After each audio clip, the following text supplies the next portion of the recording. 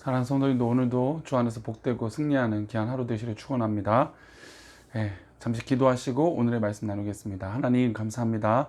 오늘도 주의 은혜 가운데 우리 사랑하는 성도들 승리하게 하시고 주의 도우심 또 주의 인도하심 안에 살아가게 하여 주옵소서. 감사하고 거룩하신 예수 그리스도 이름으로 기도 올렸나이다. 아멘. 함께 나눌 말씀은 이사야 28장 1절의 말씀입니다. 하나님의 희망이 됩시다 라고 하는 제목으로 이사야 28장 1절의 말씀을 가지고 나누고자 합니다. 본문 말씀 읽겠습니다. 에브라임의 술 취한 자들의 교만한 멜루가는 화 있을진저 술에 빠진 자의 성 곧 영화로운 감같이 기름진 골짜기 꼭대기에 세운 성이여 세 잔에 가는 꽃 같으니 화 있을진저. 가끔 신문 경제면이나 국내외 어떤 그 CEO의 연봉에 관한 뉴스들을 보게 됩니다. CEO의 연봉의 뉴스를 보게 되면 깜짝 놀란 연봉의 어떤 그런 금액들을 보게 되죠. 우리 평범한 사람들, 일반 사람들에게는 상상할 수 없는 금액을 CEO나 또 회장이나 그룹의 총수가 받게 되는 것을 볼 수 있습니다. 우리가 생각했던 것보다도 훨씬 더 많은 금액을 받게 되죠. 물론 일반인들이 상상할 수 있는 금액 이상이기 때문에 그렇게 사람들은 놀랄 것입니다. 직급이 올라가서 임원이 되고 나아가 CEO가 되면 노동의 강도는 분명히 줄어들 것입니다. 그래서 노동을 힘들게 하거나 많이 하는 분들의 볼 때는 육체적 이 노동에 비하면 너무나 많은 이 연봉 또 월급을 받는 건 아닌가라고 생각하는 것은 당연할 수도 있습니다. 그러나 그만큼 임원이 되고 직급이 올라갈수록 어떻게 될까요? 중요한 정책을 판단하고 결정한 자리에 있게 됩니다. 그 한 사람의 결정으로 어떻게 될까요? CEO의 결정으로 전 직원의 생계가 결정될 수도 있다는 것이죠. 한 사람의 판단으로 회사의 장래가 좌우되고 또 그 한 사람의 판단으로 그만한 책임과 무게를 견뎌야 한다는 것입니다. 한 사람의 결정에 따라서 많은 사람들의 영향을 받는 것이 바로 지도자의 무게인 것이죠.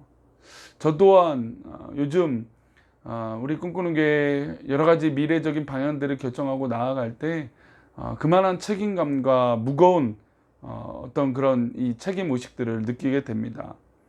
분별력이 필요하고 정확한 판단력이 필요한 그런 것이라고 생각합니다. 그래서 최근에 우리 교회 리모델링 하려고 하는 이 업체를 만나는 것도 그냥 한두 군데만 만난 것이 아닙니다. 여러 사람 소개받은 분들 다 하고도 거의 제가 만난 사람이 15, 20 가까이 됩니다.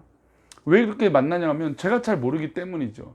많은 사람을 만나서 또한 인테리어의 전문가들을 만나서 이 사람의 의견이 어떤지 또 저 사람의 방향은 어떤지 또 이 사람의 견적은 어떤지 그런 의견들을 다 종합해 봐서 우리 교회가 쓸 이 새로운 이전할 건물에 가장 알맞은 것을 선택해야겠다라고 하는 생각으로 힘들지만 많은 사람을 만납니다.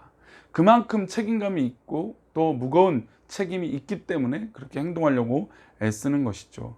더불어서 저에게는 또 리더에게는 분별력이 필요합니다. 영적인 지도자는 두말할 것 없이 더 많은 책임감과 또 분별력이 필요한 것이죠. 오늘 우리가 읽은 하나님의 말씀에는 영적인 지도자의 분별력이 얼마나 중요한지 일깨워 줍니다. 이사야 선지자는 북이스라엘 멸망을 본 사람입니다. 세계 패권을 쥐고 있던 아수르가 북이스라엘을 멸망시키는 장면을 자신의 눈으로 똑똑히 보았습니다. 오늘 이 말씀에는 하나님께서 이사야 선지자에게 북이스라엘을 멸망시키겠다고 말씀하시고 북이스라엘 멸망의 원인을 설명하고 계십니다. 그럼 왜 북이스라엘이 멸망하게 됐을까요? 그 원인은 무엇일까요? 다름 아닌 그 원인은 북이스라엘의 지도자들이 타락했기 때문입니다. 또한 영적인 분별력이 지도자들에게 없었기 때문이죠. 1절 말씀 다시 한번 볼까요? 에브라임의 술 취한 자들의 교만한 면류관은 화 있을진저 술에 빠진 자의 성 곧 영화로운 관같이 기름진 골짜기 꼭대기에 세운 성이요 세 잔에 가는 꽃 같으니 화 있을진저. 에브라임의 술 취한 자들의 교만한 면류관이라고 말합니다. 즉 지도자들이 교만했다라는 것입니다. 민족을 이끌어갈 이 지도자들이 백성을 돌아보고 백성의 눈높이에 맞춰서 그들에게 가장 알맞은 것을 권면하고 이끌어가야 될 지도자들이 전혀 그렇지 못하고 교만해서 자신의 이권만 채우려고 했던 그런 교만함이 가득했다는 것입니다. 두 번째로 에브라임의 술 취한 자들이라는 것입니다. 술이 취하면 똑바로 걸을 수 없죠. 우리가 요즘 들어 음주운전, 음주단속 얼마나 엄격합니까? 술을 먹고 취해서 운전한다는 건 다른 사람을 죽일 수 있는 아주 끔찍한 행위일 것입니다. 그래서 그에 따른 책임을 더 강하게 물려고 하자는 사회적 이 어떤 그런 약속들이 더 강해지고 있는 것을 우리는 잘 알고 있습니다. 술 취하면 똑바로 못 갑니다. 술 취하면 사고를 내는 것이죠. 그런데 지도자들이 술에 취해 있다는 것입니다. 지도자들이 술에 취해 있으니 바른 판단, 똑바른 판단, 분별력 있는 판단을 할 수가 없는 것입니다. 그래서 북이스라엘의 지도자들의 영적인 상태는 교만과 술 취함이었습니다. 그로 말미암아 이 독주를 마시고 술을 마심으로 이들이 정신을 차리지 못하고 방향을 잃은 채 지도자의 역할들을 했으니 당연히 북이스라엘이 멸망할 수밖에 없는 것입니다.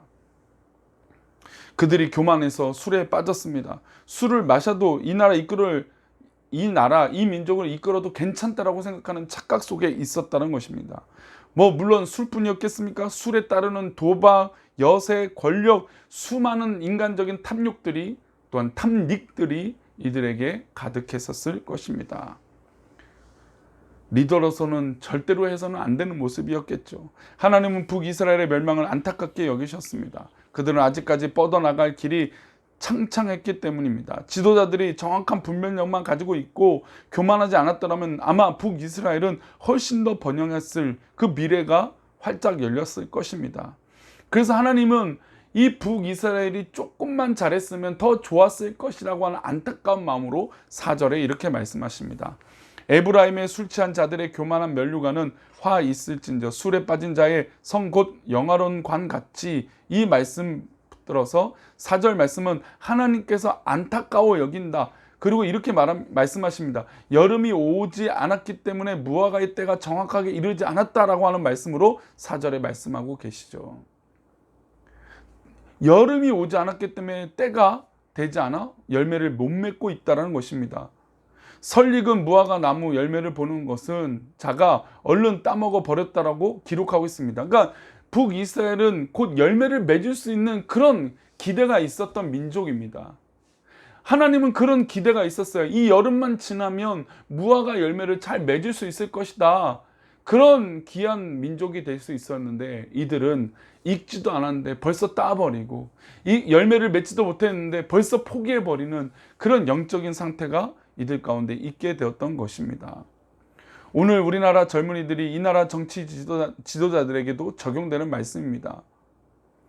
정치 지도자들에게만 적용되는 말씀이겠습니까? 우리 한 가정을 이끌고 가는 가정의 리더들이고 크고 작은 공동체를 이끌고 있는 백성들, 이 하나님의 백성들에게도 동일할 것입니다. 리더는 모림지기 깨어 있어야 합니다. 정확한 판단력을 가지고 말이나 행동이나 조심해야 되는 자리입니다.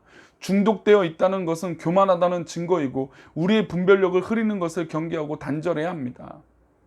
또한 우리 공동체가 하나님 앞에 바르게 올바르게 길을 걸어가야 되는 것을 기대하고 나아가야 됩니다. 5절 말씀을 볼까요? 5절에 이렇게 말씀합니다. 그날에 만군의 여호와께서 자기의 백성의 남은 자에게 영원한 면류관이 되시며 아름다운 화관이 되실 것이며, 그 날은 북이스라엘이 멸망하는 날이었습니다. 북이스라엘이 멸망하는 그날에 하나님의 희망은 남유다 백성들이었습니다. 이제 그들에게 하나님의 영화로운 면류관이 주어질 것이고 남유다 백성들이 분별력을 잃지 않고 하나님 앞에 깨어 있어서 북이스라엘이 반면 겨울 삼기를 원하셨습니다. 그러나 불행하게도 유다 백성들은 어떻게 됐습니까? 그 유다 백성들조차도 하나님의 희망이 되지 못했습니다. 7절을 볼까요? 그리하여도 이들은 포도주로 말미암아 역걸음치며 독주로 말미암아 비틀거리며 제사장과 선지자도 독주로 말미암아 역걸음치며 포도주에 빠지며 독주로 말미암아 비틀거리며 환상에 잘못 풀며 재판할 때에 실수하나니. 남유다 백성들도 리더들도 술에 취하고 바른 판단을 잃어버리고 분별력을 잃어버리고 살게 된 것입니다. 게다가 심각한 것은 제사장과 선지자들조차도 독주에 빠졌다는 것입니다. 그러니 말씀을 잘못 풀고 예언을 잘못 풀고 하나님의 말씀을 잘 못 전하고 있었다는 것이죠.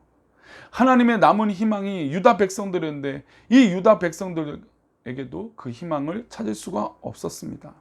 하나님의 희망이었던 북이스라엘과 남유다가 이런 지경이라면 하나님은 그들에게 심판의 칼을 빼어들 수밖에 없었을 것입니다. 11절 말씀이에요. 그러므로 더듬는 입술과 다른 방언으로 그가 이 백성에게 말씀하시리라.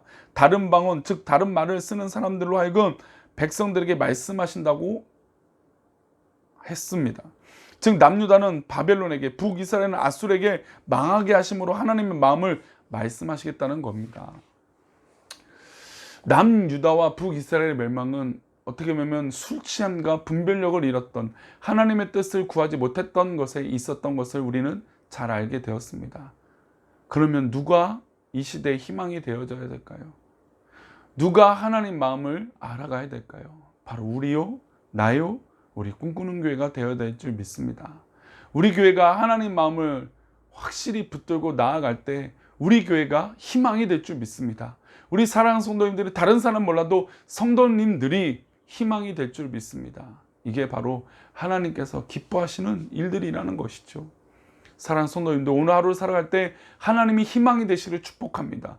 그 하나님이 희망이 되는 백성들은 술 취하지 않고 분별력을 가지고 하나님 앞에 정직하게 살아가는 백성들이 되는 것인 줄 믿습니다. 그러니 사랑하는 성도님들, 오늘도 주 안에서 하나님의 뜻을 분별하고 하나님의 희망이 되시기를 축원합니다. 그런 귀한 하루를 살아가는 저와 우리 사랑하는 성도님들 되시기를 축원합니다. 기도하겠습니다.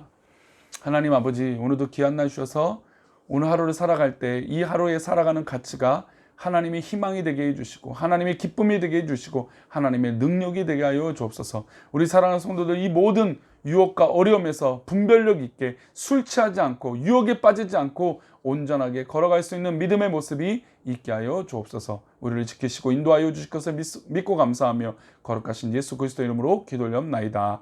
아멘.